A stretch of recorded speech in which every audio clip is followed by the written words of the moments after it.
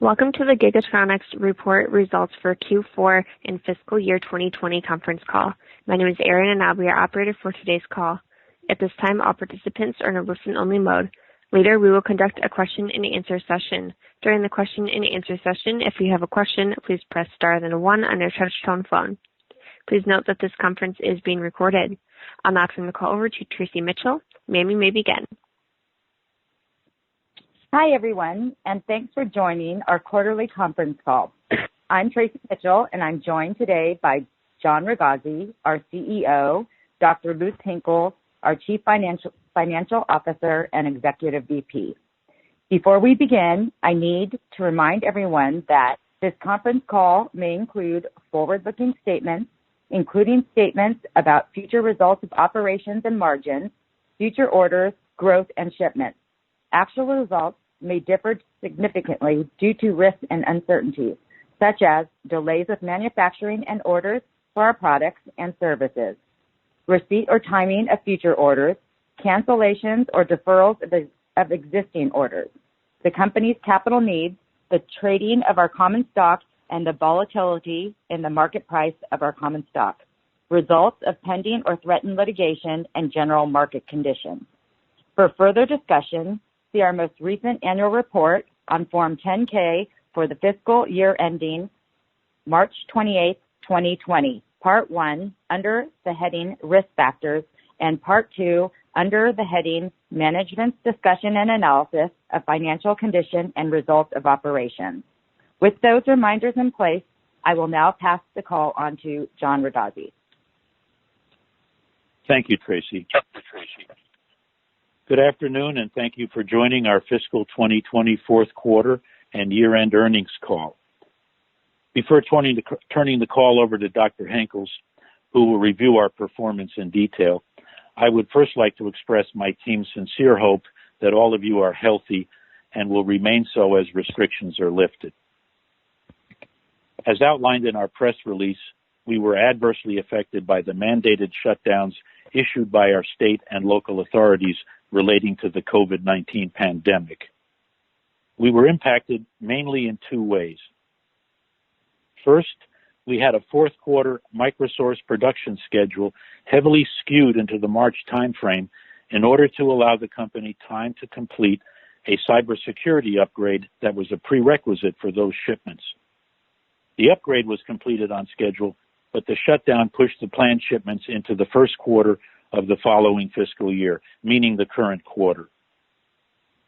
Second, the complete closure of our California and New Hampshire facilities delayed our ability to fulfill as much of our EW test backlog as planned, as well as stopping all other revenue-generating activity within the company's two businesses. As a result, our fourth quarter revenue, cash flow, and profitability were lower than our plan. Fortunately, our shutdown was relatively short, as we were subsequently deemed an essential business by the Department of Homeland Security due to our defense contracts. Nevertheless, we made the decision to apply for and accept an SBA loan under the Payroll Protection Program to help us absorb the shocks relating to this unexpected business disruption. While we are accounting for this as a traditional loan, the company believes the majority of the principal will qualify for forgiveness. Although we have now resumed production activities, we are not yet able to run at full capacity due to the fact that some of our suppliers have also been affected by shutdown orders, and they too are in the process of catching up. We expect this situation to largely be resolved by the end of the current quarter. During this time, we are operating with a number of safeguards in place to protect our employees. Some examples include running 2 shifts in order to minimize the number of people in the facility at any one time, adhering to strict social distancing guidelines, and temperature testing everyone entering the building. Other measures such as wearing face masks, more frequent surface cleaning, staggered lunch breaks, and a policy of frequent hand sanitizer use have been implemented. And many of our team members who can are continuing to work from home. I'm mentioning all of this not only to emphasize that while we were back to full operation, the costs of doing business are clearly higher, and also to affirm our commitment to the safety of our employees. I'll now turn the call over to Dr. Lutz Henkels to go over the numbers, and then we'll open the call for questions. Lutz? Okay, thank you, John. Welcome to our fourth quarter and fiscal 2020 conference call. Let me start out by what John just said. We were clearly impacted in the fourth quarter by the shutdown mandate in March of 2020. And as John mentioned, going forward, there will be some inefficiencies due to safety matters, supply chain issues, and order delays. However, on the positive side, there are three key points. One is we were declared an essential business fundamentally by the Department of Defense. And then second, we received $786,000 of PPP money. And third, and most important really, our long-term outlook is very strong, and our order rate in the radar test business is actually accelerating. And as John mentioned, the impact of the coronavirus in Q4 2020 has two components. It has a component of the cybersecurity upgrade, and so we shipped the test equipment that needed to be upgraded back to Keysight for this upgrade. We received it back on February the 28th, and we were expecting, with multiple people and overtime, to do all the required testing for meeting the production expectation of Q4 FY20. But then, with the second element, suddenly the mandate came in, shut down, and that caused two problems. The problem was we didn't produce anything in the second half of March, and actually a little bit earlier, and we had to absorb 100% of all the overheads. And second, the required shutdown cost, because we couldn't catch up, resulted at the end into a negative gross profit for the radar filter business, for the microsource business, which has been the backbone of our company. Now the good news, this is all behind us. The Department of Defense sent us an unsolicited letter demanding that we produce, thereby categorizing us as an essential business. We once again are in full production. We started that at the beginning of April. Of course, we worry, as John mentioned, about the safety of our employees, and we work in two shifts, working from home for many people, and John already went over that. And there will be inefficiencies going forward. Working in two shifts is clearly not as efficient as working in one shift. And we are seeing, obviously, some supply chain issues, as John mentioned. For example, we expected 38 amplifiers for the F-15, but we will only be receiving 16 this quarter. So there is supply chain issues that impact us in the near term. We're also limited in travel and therefore visiting customers, and that can cause order delays. And more so, we are also limited of getting into the labs of customers, which is critical. And so, there will be some impact in the near term. Of course, to compensate for all of that, we received the $786,000 of PPP money, so this will definitely bridge the gap. So now let us look at the detailed results. Net revenue for the fourth quarter of fiscal 2020, ending March 28, 2020, was $2.6 million. And we always show two components for this revenue. There is a goods component of $1.547 million, which is really by and large for the radar test business. And it compares to $1.707 million for the prior fiscal year. So there is a 9% decline in the goods revenue. And then the second component is for services of $1.056 million, which is mostly for our microsource product line, namely the radar filter business, which are used in the F-15, the F-16, and the F-18 fighter jets. This $1.056 million compares to $1.818 million for the same period in the prior fiscal year. That's a huge 42% decline. And this is due to the coronavirus explanation that we gave earlier. looking at the fiscal year now for 2020, goods were $3.5 million compared to $2.1 million in the prior fiscal year, 2019. That's a 66% growth in the radar test business. While the order flow in this business tends to be lumpy, we expect a higher than 66% growth rate in fiscal 21. The services business declined to $8.25 million from $9 million. This decline, 9% in a yearly basis, in the radar filter business was due to the coronavirus impact, which we explained earlier. Looking now at gross margins in the fourth quarter of fiscal 2020, they were only 27%. This compares with 42% in the prior fiscal year. Again, this large decline was due to the shutdown in the production facility mandated by the shelter-in-place order. The radar filter business, the microsource business, actually in March generated negative gross margin by not producing while absorbing overhead. On an annual basis, gross margins were 39% in fiscal 2020 versus 42% in fiscal 2019. So the impact of the pandemic was clearly much less when viewed on an annual basis. Going to the bottom line, net losses for the fourth quarter of fiscal 2020 was $661,000. This compared to a net profit in the fourth quarter of fiscal 19 of $74,000. Net loss for fiscal 2020 fiscal year was $687,000. This compares to a net loss of fiscal year 2019 of $937,000. The reduction in the net losses on a yearly basis was primarily due to lower interest rates. Which brings me to interest rates.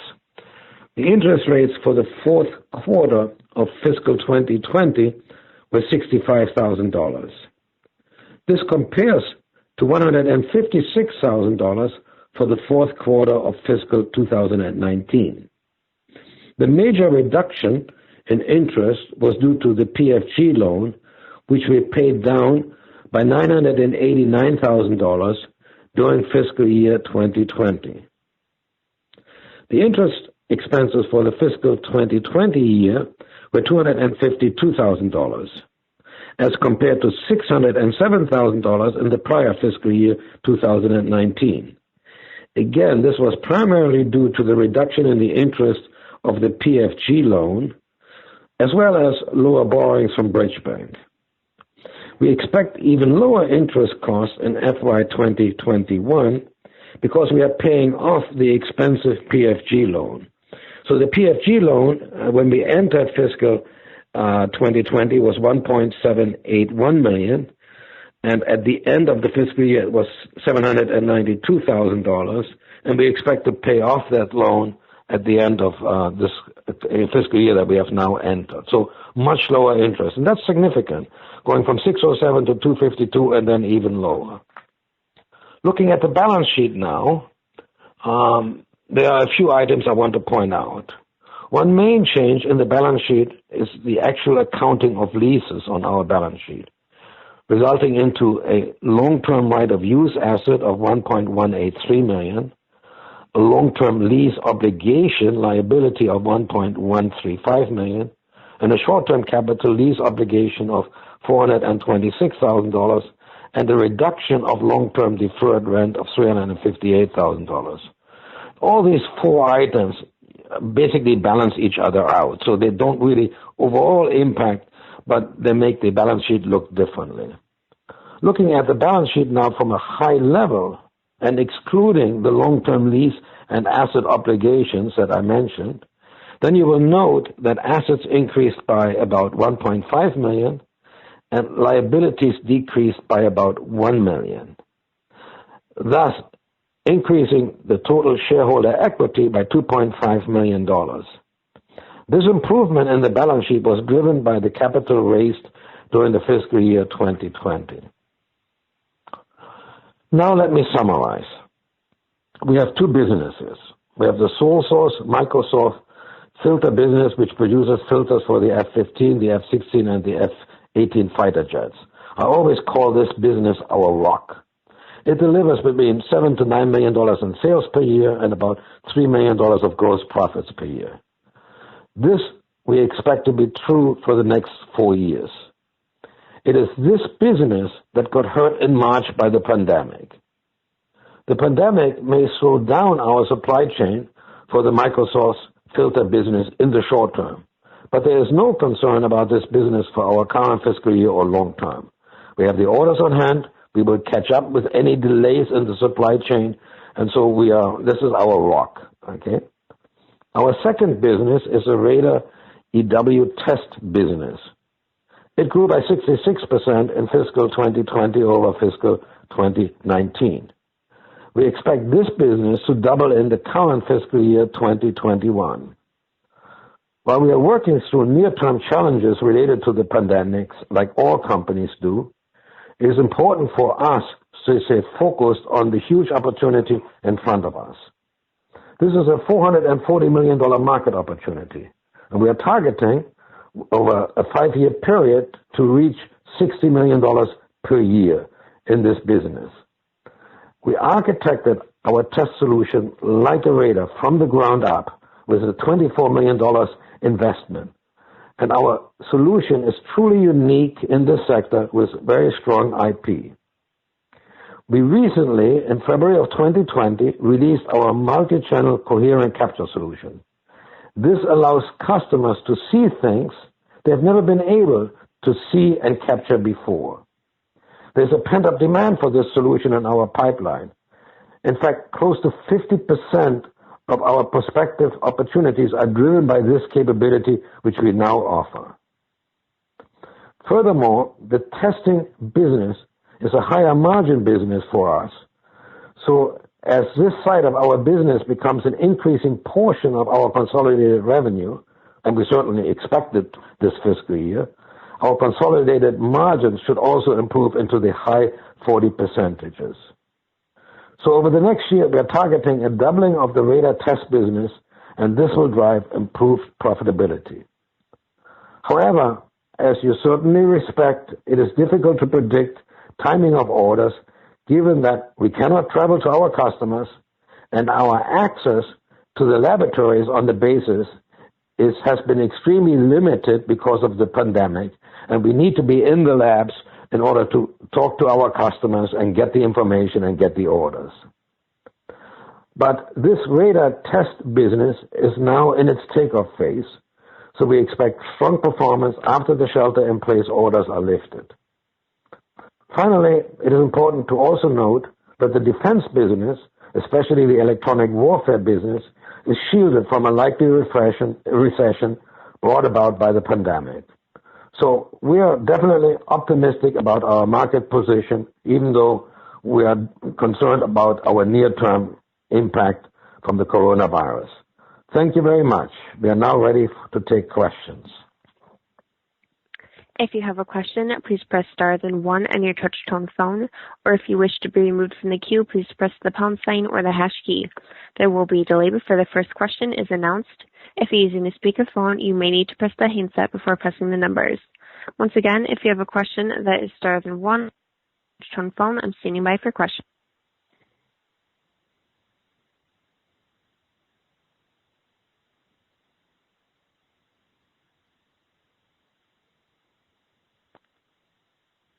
And you do have a question in queue from Jen Wolfred with Count Stock Partners. Your line is open.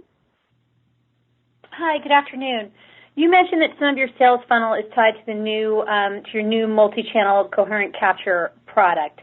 Could you give a little more insight on that product and the interest that you're seeing from the upgrade? Okay, let me explain that. What we need to provide to our customers is a complete solution as opposed to a subsystem. And we provided the generation capability to NavAir now a couple of years ago. We provided a complete solution. But we did not provide a complete solution on the capture side until February of this year. So I wouldn't call it so much as an upgrade as I would call it we provide a complete solution. And it allows customers to see things which they have never been able to see before. And you may say, well, how is that, explain that one. Well, obviously, some of my background is the oscilloscope business. And so basically we have a very fast sample rate of 6 gigasamples per second, being able to, stream and capture and compute on up to 192 terabytes of data. And so by having this high resolution, you can see anomalies that you otherwise cannot see. And so you need this high resolution while capturing a huge amount of data. And that capability is completely unique to us. And that is what is demanded by our customers. They really want that. And having that and being unique in having that drives our business. So we are very excited about it. Oh, great. Thank you for those details. I appreciate the clarification on that. And then just if I could do a quick follow-up, I know, I believe in a previous call, you had mentioned as part of the turnaround changes, you've made some changes to your sales organization. Is there any additional color around that you could provide about how that's going? Yes, and so let me explain that one. And so what is needed in our business are people that have military clearance, that have a deep understanding of radar and the technology of radar, and that are being able, because of their military clearance, to go deep inside the labs that are secret labs, to have discussions with the right people and in regards to secret information so that we can understand their pain points and then offer solutions. Today we have 3 people capable of doing so, and we are adding one more person as we speak in the southern East Coast area as well. And so we're going to have 4 people shortly that have that capability, and that's what is needed. And so we are working on, adding that capability, and we have been doing that during the fiscal year. Okay, great. Thank you. And you do have another question in queue from Todd Robbins with 5 Mile River. Your line is open. Well, good afternoon, Lutz. How are you? Hi, Todd. Thanks. You mentioned in the press release that there's an addressable market for the radar and EW business of somewhere around $440 million. And you mentioned that you thought that this business could double in fiscal 21 versus 20. So inferentially, I'm going to assume that's going to be about a $7 million business in 21, if I'm reading your comments correctly. Is that your question? That's the first question, yeah. Yeah, at least get to that level. Absolutely correct. That's what I stated. So if we're looking at now, we are impacted again, in first quarter and potentially in the second quarter. As I mentioned, they may be delayed. We cannot travel. We cannot go to the customer. But we nevertheless, we fully expect that, as I explained. So if we're looking at an addressable market of $440 million a year, help me understand what the lumpiness or the run rate might be as you look at what kind of business this can be in a given year. I mean, $7 million is clearly not the end game, but how big does it get, and what kind of a run rate would we be looking at to get there? Well, number one, when you are small, it's relatively easy to double, okay? And, 3.5 million is small, 7 million is small, and even 14 million is small. We expect over 5 years to reach 60 million in this business. And we are expecting that let me explain a little bit in multiple dimensions, okay? We can expect it from a product viewpoint, and there was a question earlier, with the unique coherent capture capability, we are highly differentiated, and, nearly 50% of our business, opportunity is, showing that, okay? But then you go to the customer viewpoint, okay? On the customer, you have the Navy, you have the Air Force, you have the Army, and you have basically 5 prime contractors. We have been very successful with the Navy. We have now entered the Air Force Base. We have now shipped our first system to Eglin Air Force Base, and actually the application is quite different to the application of, testing at, the capability of a jammer at the Point Mugu lab. Here we are training pilots that are flying F-35 planes, and we basically, via a trailer and an amplifier and an antenna, we send, a battlefield environment signal with threat signals to the plane that's flying above, and then we see whether the plane sees it, how the pilot reacts, and we record that, and that is, another application of our solution. So there's a large opportunity, and now that we are also entering the Air Force Base, and we have been very successful with the Navy, we expect this to accelerate, and it's doing that as we speak. So if we're going to get to $60 million run rate a year within 5 years, how linear does that become? In other words, do we go 10, 20, 40, 60, or do we go 7, 14, 60?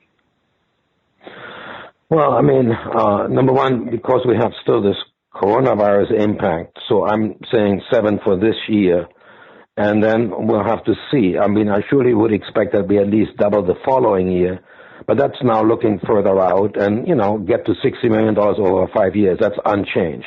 The only uncertainty is a little bit the near term because of this coronavirus. Okay. You indicated in your prepared remarks that the radar test business order rate had accelerated. Can Correct. you help us? Can you quantify the level of orders that were received? Well, we received actually 3 orders recently. We received one order from Raytheon, basically providing. They have already purchased $1.8 million of equipment, and they bought more to enhance that equipment. Then we received an order from NAV Air from Point Mugu to upgrade their existing test system. That was a $1.5 million order.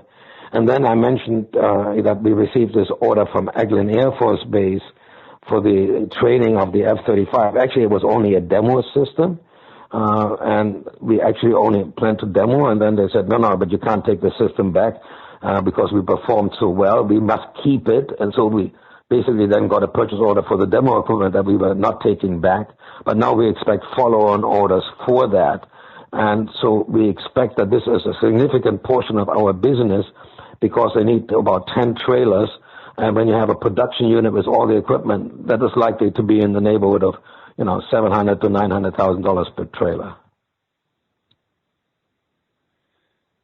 So of the, let's say, $60 million annual run rate, how much of that would be coming from these 3 entities, would you guess? Okay, I would say that, so let's call it 3 entities. Ignore for the moment the Army, even though we shouldn't. So we have the Navy, and we have the Air Force Base, and we have the prime contractors. And I think that the Navy and the Air Force Base would be larger than the prime contractors. But if you wanted to be simplistic about it, you can say, call it 25%, 25%, and 25% when we get to 60 million, and then the other 25% is, Army and other new prime contractors and so on. Sure. Everything is U.S.-based, by the way. It is not any international sales. Do you anticipate any cash needs between now and the end of the next fiscal year? No. Number one, we did receive the $786,000 of PPP money. So no, we do not expect any cash needs. Terrific. Thank you so much, Lutz. Have a great day. Thank you, Todd. Okay. And there are no more questions in queue at this time.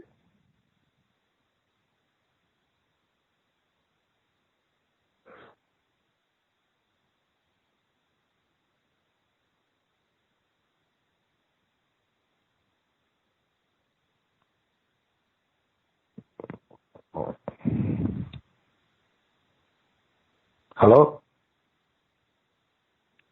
Yes, there are no more questions in queue at this time. Okay, so then let me close by saying that clearly there is an impact in the near term because of the pandemic.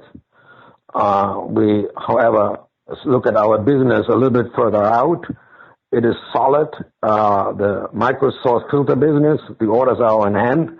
There may be delays, or there are delays because of the supply chain, but that will be caught up. It's just a matter of when.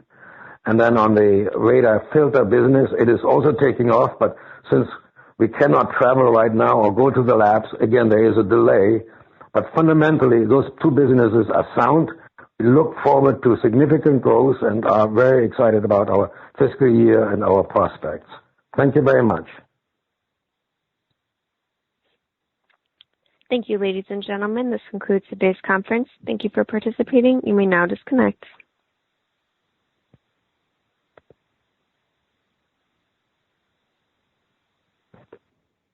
Thank you.